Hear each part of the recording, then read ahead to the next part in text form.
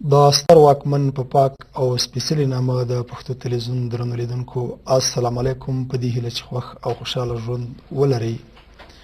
واحدیار عبدالرحیم زیم او تاسو ته د قانوني لارې چارې په خپرونه کې ښه راغلاست یم. درنو لیدونکو، تاسو ته بهتره معلومه ده چې په تېره خپرونه کې موږ د ماشومانو په حقوقو خبرې کړې وې او په نننۍ خپرونه کې هم همدغه موضوع څېړو چې ماشومان د اسلامي شریعت او همداراز د افغانستان د نافذه قوانینو له مخې کوم ځانګړي حقوق لري او دغه حقوق تر کومه بریده په افغانستان کې ورکول شوي دي. د دغې موضوع د څېړلو او سپړلو لپاره راسره په سټوډیو کې د حقوقي چارو کارپو او د کابل د روزنتون مشر عطیه الله وهاټ صاحب میلمه دی. زموږ هیله دا ده چې په اړوند موضوع تاسې هم راسره اړیکې وکړئ او خپل نظرونه او خپلې پوښتنې مطرح کړئ. انشاءالله زموږ خپرونه به دوام لري او په دغه موضوع به خبرې اترې کوو. وهاټ صاحب، تاسو ته ښه راغلاست یم. ستړي مه شئ. مننه. کورودان وهاټ صاحب، خپرونه قانوني لارې چارې ده او په دغه خپرونه کې موږ معمولا په داسې مسایلو خبرې اترې کوو چې قانوني لارې چارې زموږ هیوادوالو ته ور وښایو چې قوانینو خلکو ته کوم حقوق ورکړي، دغه حقوق تر کومه بریده په پام کې نیول کېږي تر څو پورې زموږ خلک د افغانستان په قوانینو پوهاوی حاصل کړي. لومړی پوښتنه زموږ دا ده چې اسلامي شریعت ماشومانو ته کوم هغه ځانګړي حقوق ورکړي دي، که تاسو ته یاد وکړئ او زموږ هیوادوال په دې پوه شي چې د ماشومانو لپاره په اسلامي شریعت کې کوم ځانګړي حقوق ورکړل شوي دي. بسم الله الرحمن الرحیم. لومړی زه خپل سلامونه او نیکې هیلې ټولو هیوادوالو ته په ځانګړي ډول خپلو نازنین ماشومانو ته ستاسو د تلویزیون لارې ورسوم.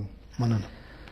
اسلام د ماشومانو د حقوقو په هکله ډېر پراخ او وسیع پاملرنه شوې د اسلامي شریعت کې. البته د هغې له جملې څخه موږ یو تعداد حقوق یادونه کړو، ګرچې زه یو ډېر دیني عالم هم نه یم، ولې هغه څه چې زما په ذهن کې دي او زما یاد دي هغې نه یم. مثلا یو حق د حفاظت دی ماشوم، هغه له اسلام ډېر په دې حق نه باندې خاص توجه لکه چې ما ویلې کړې ده چې د جنین نه نیولې چې د مور په رحم کې یو ماشوم یعنې تشکل حاصلوي، هغې نه نیولې تر تولد او د هغې نه تر رضا یا هغه د شیدو ورکولو مرحلې پورې دغه په ډېر تفصیل سره څېړنه یې کړې.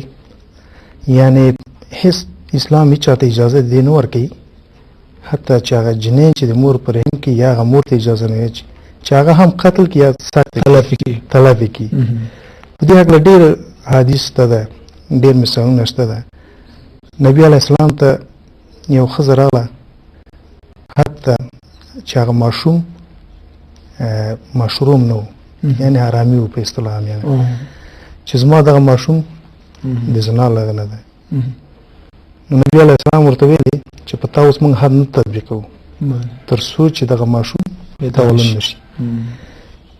کله چې دا ماشوم پیدا شو نو بال هغې نه بیا راغله، مراجعه وکړه چې یا رسول الله اوس خو ماشوم مې تولد شوی ده، وایي تر هغې پورې چې دا ستا د شیدو ته ضرورت لري نو په تا بیا هم حد نه تطبیق کېږي. نو ما بیا داسې وخت کې راځي وایي چې خپله نبي علیه السلام د دغه ماشوم په لاس کې د یو ډوډۍ ټوټه ویني او اطمینان یې حاصلېږي چې دا نور د مور شیدو ته ضرورت نه، بالغې نه حد پې یعنې اوس ډوډۍ خوړلی شي. یعنې معنا دا چې یو ماشوم ته د مور پر رحم نه مرحلې نه توجه شوې ده په اسلام کې. همدارنګه د هغې د حق د حفاظت او رعایت د لقیط هغه ماشوم ته وي چې په نامشروع ډول وي.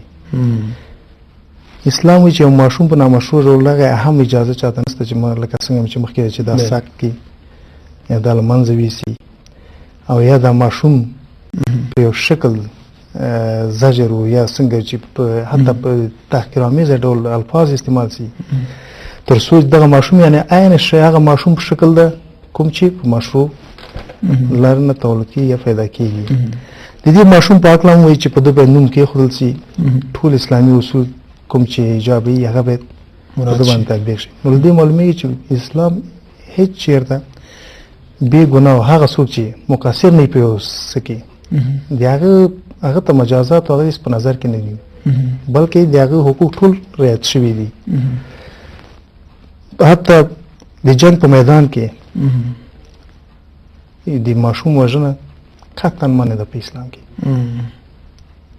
چې پیغمبر علیه السلام په دې هکله ډېر جنګونو کې یو له هغې جملې یو مثال یې ده چې وایي په جنګ د غالبا چې خو چې د په هغه کې و د احد په غزا کې و که دی چې یو هغه ویني یو ښځه قتل شوې، ماشوم قتل شوی، نو دلته پوښتنه پیغمبر چې دا چا قتل کړي؟ یو صحابي ورته وایي چې دا خالد بن ولید. پیغمبر علیه السلام وایي چې خالد بن ولید ته ووایه چې ته تر اوسه خبر نه یې چې په جنګ کې ماشومان او د زنانو وژنه روانه دي.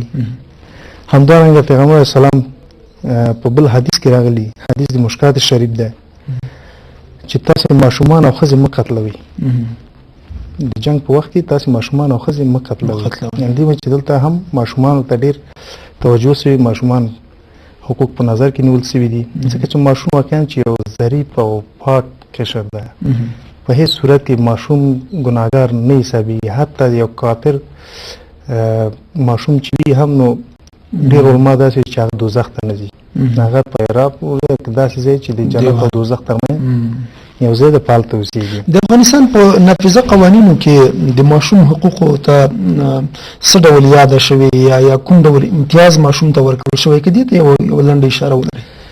د افغانستان قوانین په دوه شکله د ماشومانو په دوه ډوله د ماشومانو نه چې بحث کوي. یو مدني قوانین دي چې هغه څه حقوق لري، مثلا یو ماشوم ده فرض که د طلاق یا تفریق په حالت کې هغه بې سرنوشته پاتې کېږي. مثلا یو ښځې ته یو خاوند طلاق ورکوي، نو دلته د سرنوشت او ماشوم وړوکی ده، شیدې روي، نو دا به د سرنوشت به څنګه کېږي؟ اسلام چې دغلته د محکمې فیصلې په اساس یا دا باید مور ته ورکړي، ولې خرچه او مصارف یې پلار باید ورکړي. یعنې ماشوم یې محروم د مور د غېږې نه پرې نه ښودی. همدارنګه په سوداګریزې معاملې دي، یو داسې سړي ته وایي د هغه وکالات د هغه قومیت او د هغه ولایت وکړي چې هغه عادل انسان وي، پاک انسان، حتی نشي که هغه شخص ته بیا اجازه نه ورکوي زموږ قوانین چې د له ماله ناوړه استفاده د ځان په ګټه استفاده وکړي، نه، بلکې هغه یو امانت شکل به هغه سره ویښي تر څو د ده مال ضایع نه شي. ډېر موارد دي داسې چې په راځو په بل اړخ د جرمي یا جرم ورته نه ده ویل شوی، بلکې یو تخلف ویل شوی.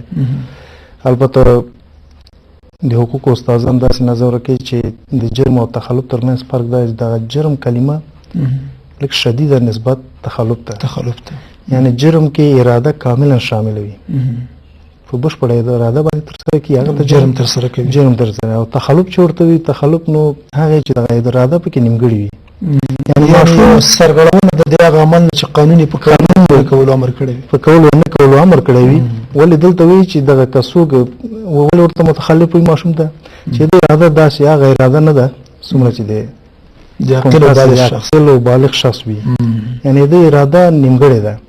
د تخلف ویل او احترام په خاطر باندې چې دغه د ماشومانو دپاره اوسي دغه کلمې نه استفاده شوې ده.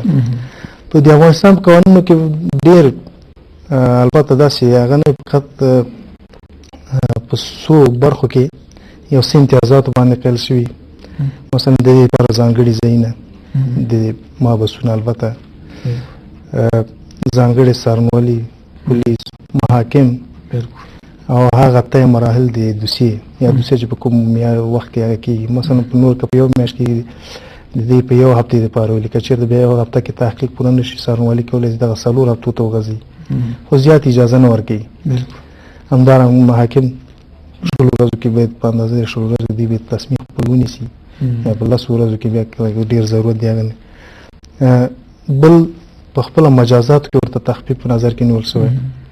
اوس که یو ماشوم له 12 کلنۍ تر 14 کلنۍ عمر کې وي، نو دی یو متخلف دی، یو جرم سي یا جرمي عمل سي، د دې لپاره د حد اکثر د هغې جزا چې د یو بالغ لپاره ټاکل شوې ده حد اکثر درېیمه برخه په نظر کې نیول شوې ده.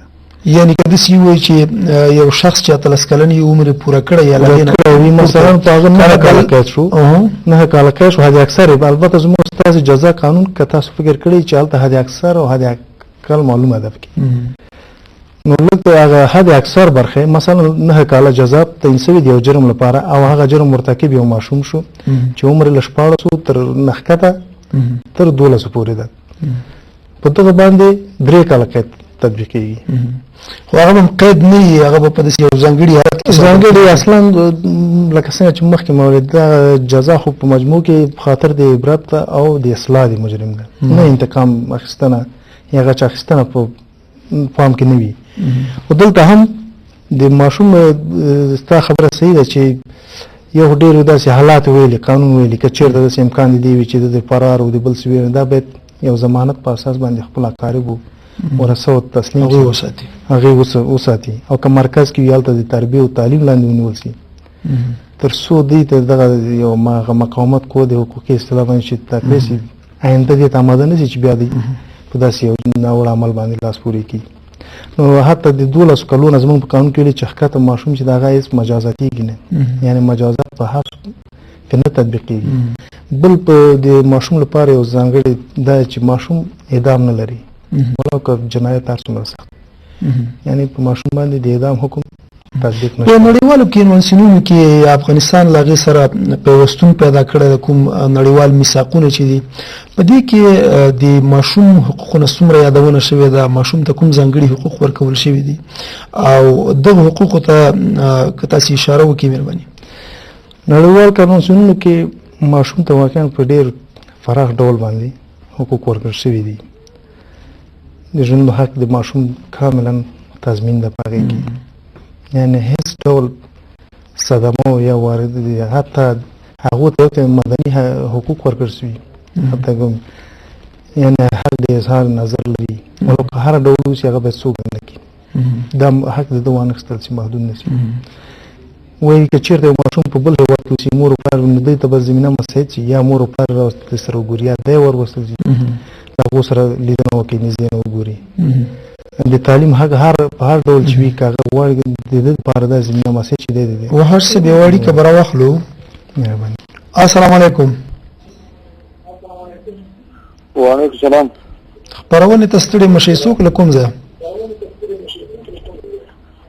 محمود له کندهاره خبره کوم. مهرباني وکړئ موږ د ماشومانو په حقوقو خبرې اترې کوو او وایي چې دغه حقوق تر کومه برید افغانستان کې ورکول شوي دي تاسې مهرباني کې څه نظر ولرئ؟ موږ خو د قانوني چارې لارې په هکله باندې څه معلوماتو دغه ورور څخه پوښتنه مه کوه. مهرباني وکوئ. دغه ضمانت په قانون کې څه رقم دی؟ څه ډول ضمانت لکه څنګه ضمانت تاسې که دغه لږ تشریح کړي څه ډول ضمانت تاسې کله ضمانت کړی که نه؟ یو څوک نیول کېږي د نهایي فیصله هم کېږي او په اخر کې بیا چې فیصله خلاصېږي بیا څارنوالي یا څارنوالي ورڅخه ضمانت غواړي. تاسې د کوم جرایم وشوي؟ زه پوه شوم خو داسې جرایمو کې تاسې داسې ووایئ چې مثلا د ماشومانو په جرایمو کې د لویانو په جرایمو کې کله چې د محکمې حکم نهایي شي یا